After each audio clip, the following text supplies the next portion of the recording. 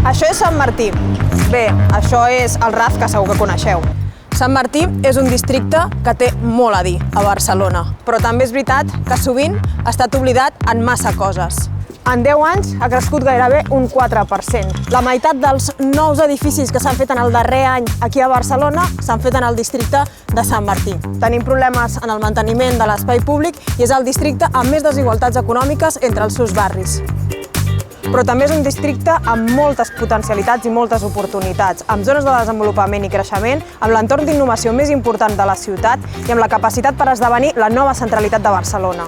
Aquest districte té la gran sort de tenir molts veïns que treballen per la millora d'aquests barris i la nostra feina és escoltar-los. I sabeu què més té Sant Martí? Ens té nosaltres.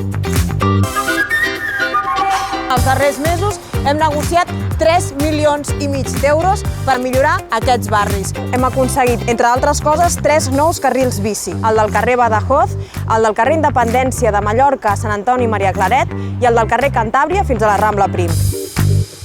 I més coses, el projecte de pacificació del carrer Muntanya, al barri del Clot, la reforma de la masia de Can Miralletes i les millores de parcs, jardins i carrers. Ara som al barri Besòs-Maresme.